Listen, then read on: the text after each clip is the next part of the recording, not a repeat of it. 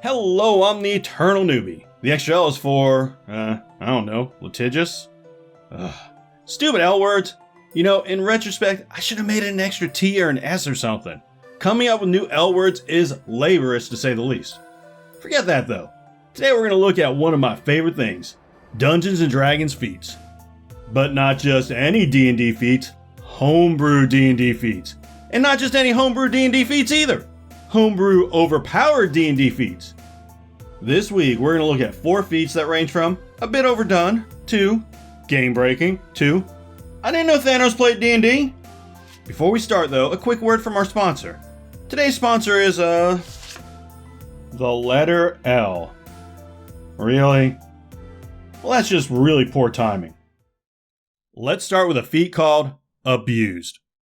While it is overpowered, unlike most of our other feats, the author actually put some thought into it. It states, during your childhood, you lived in an abusive home. These circumstances have marked you for the rest of your life. The physical scars have long since healed and thickened your hide, while the psychological wounds may never fully heal, leaving your mind vulnerable. Okay, right off the bat, this one is a marketing nightmare. No one wants something called the abused. Trust me, that's what I call my line of bathroom scales for big bone fellas like me. Boy, did I take a bath on that one. I would suggest calling this feat the wannabe orphan. It just rolls off the tongue, and the retro fans will love the Spice Girls reference.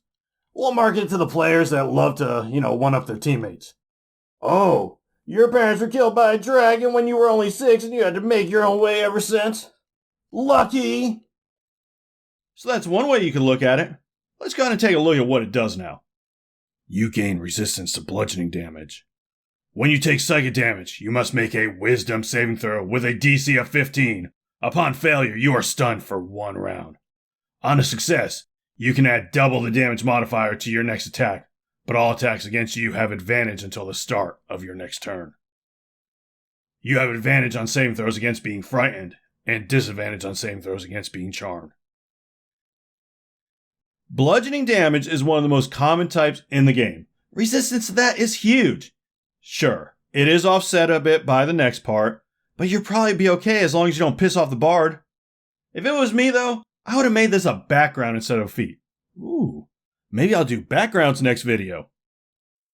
Our next feat is called Adrenaline Surge. Even though it doesn't say it, I'm going to go out on a limb and guess this one's for barbarians. You have... Hold on, sorry. I need to do this one in the appropriate voice. Also, I'm going to ignore the spelling and grammatical errors, because this video is kind of long enough already. Though I, for one, am fully shocked that people who make crazy overpowered feats don't bother to proofread. You have honed the art of battle as if a dance. The angrier you become, the more ferocious you are. A raging barbarian is child's play compared to your ferocity. Oh, for God's sake. You know what? I'm sorry. Like the saying goes, never judge a book by its cover or a feat by its first line. Let's give it a chance. Just try not to cut yourself on all this edge. While raging and have lost 1/4 of your maxed health points, you enter Adrenaline Surge. Your movement speed is plus 30 and you have extra attack plus 1. Only 1 extra attack? Huh. I don't get out of bed for less than 2 extra attacks. Now, I love barbarians. While back in elementary school, I would dress up as Gru the Wanderer every Halloween, so I'm kind of an expert. I've always thought the one thing barbarians needed was to be more like monks. But with less sucking. They should get, nay, they deserve unarmored movement equivalent to a level 18 monk without that pesky armor restriction. And the bonus action attack monks get, except it doesn't have to use a barbarian's bonus action. So basically a monkbarian. Still, I'd call this feat pretty underwhelming. What else you got? While raging and have lost 1/2 of your max health points, you enter Adrenaline Surge Stage 2 and retain the benefits of Stage 1. Your blows deal more damage. Add 2d10 to damage dice rolls. Your skin hardens like stone, and your AC is +2. Okay, moving on up the crazy scale. but I am cautiously optimistic this can be saved. What else we got? While raging, you have lost 3/4 of your max health points, and you enter Adrenaline Surge, Stage 3. You retain all benefits from Stage 1 and 2. Your attacks come in waves. Your bonus action can be used as an attack action. Your body dulls pain easily. You gain resistance to all non-magical damage. Okay, that is kind of crazy. So what? There's a Stage 4? Alright, let's take a look. While raging, you have dropped to 0 health points. You enter Adrenaline Surge, Stage 4. and retain all benefits of Stages 1, 2, and 3. Once you hit 0 health points at Stage 4, and instead of going down, you begin regenerating health 2d12 every turn. Your perception of events unfolding is unparalleled. You have advantage on all checks and all saving throws. That's it? Where's the flight? Where's the charge? Where's Barbarian Death Stare? This feat isn't the least bit overpowered. Well, then you are gonna hate this next part because this feat has a price. Once you are no longer raging, the effects of Adrenaline Surge fades and cannot be obtained again until a long rest is performed. Once Adrenaline Surge has faded, you do not suffer the 1 point of exhaustion from raging you would normally suffer. Instead, you suffer 5 points of exhaustion. 5 points of exhaustion? Ouch. To the charts! So that's going to get you disadvantage on all ability checks, your speed halved, disadvantage on attack rolls and saving throws, hit points max halved, speed reduced to 0, oh, and being 1 step away from death, because 6 points is death.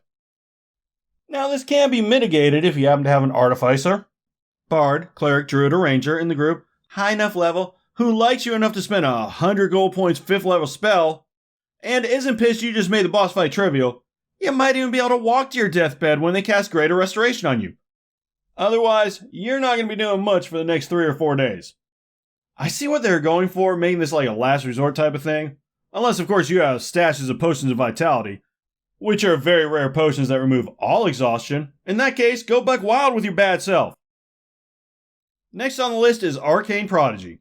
But this ain't your daddy's Arcane Prodigy, unless your daddy thinks Emperor Palpatine from Star Wars is underpowered. Then this is going to be right up his alley. You have a natural ability to learn and cast spells. Increase your wisdom, intelligence, or charisma by 1 and your maximum by 1. What does that even mean? Like, your max is now 21 instead of 20? That doesn't mean really anything. But whatever. You gain proficiency in the Arcana skill. If you are already proficient in the Arcana skill, you add double your proficiency bonus to Arcana checks, otherwise known as expertise. You learn a number of bonus cantrips equal to your spell casting ability mod. You can cast any cantrip as a bonus action. Okay, that's pretty powerful. But it gets so much worse. Upon reaching 7th level, you can turn a number of 3rd level spells or lower equal to your spellcasting ability mod into cantrips. Upon reaching 14th level, you can absorb spells and magic that hit you, reducing the damage by a number of d6s equal to your spellcasting ability mod.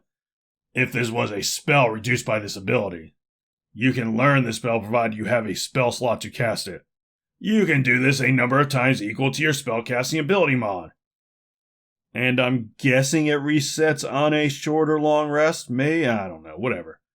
So basically what we're talking about here is haste, counterspell, fireball, spear guardians. They're all cantrips. What more could you ask for? But that's not the best part. It also says you can cast any cantrip as bonus action. Not that you have to. So it could be argued that you can cast it as a bonus action and an action. Ergo, 2 free fireballs each round. What are you even talking about, newbie? That's not overpowered. Quite the opposite. Think about it. Martial classes get multi-attack. It's only fair that casters should get multi-cast. Matter of fact, I'm going to go ahead and say it. This feat doesn't go far enough. Fighters can get up to 4 attacks in 1 round. Wizards should be able to get up to 4 spells in 1 round. I say we all boycott Wizards of the Coast until they fix this travesty. Who's with me? You're probably thinking right now, what's going to top that? Well, our last feat is a short and sweet feat, appropriately named, and I really wish I was making this up, God. It says, you are a god. You can cast Wish at will and cannot suffer a mishap, which does not cost anything from you. Actions, components, etc. If you're unfamiliar with it, I'm going to put the Wish spell up on the screen right here. But the gist is, you can basically do anything your DM is willing to let you do, but there could be a consequence. And the crazier, more powerful thing you want to do, the crazier, more powerful the possible consequence. Except, of course, with this feat. You know, there are campaigns out there that run for years, and when they end, the players ascend to godhood. Now what I want to know is, why do all that work like a bunch of suckers when you can just take a feat and basically become a god? I don't know why the writer didn't just write, you are now the god of rock and roll and babes. You win D&D. Because then no one will be able to see how cool and awesome you are. Besides, winning means you have a chance to lose, and who wants that?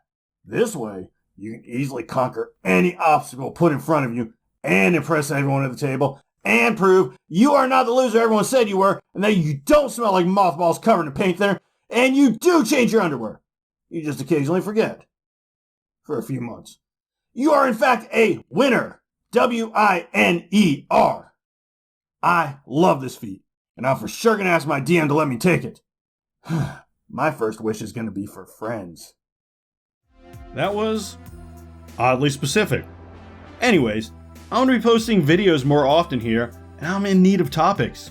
So if you have any type of D&D videos you'd like to see, or a homebrew you'd like me to take a look at, throw me a comment. Or hell, just tell me your favorite color. I love comments and colors. Thank you so much for watching, and as always, play your character. Don't let your character play you.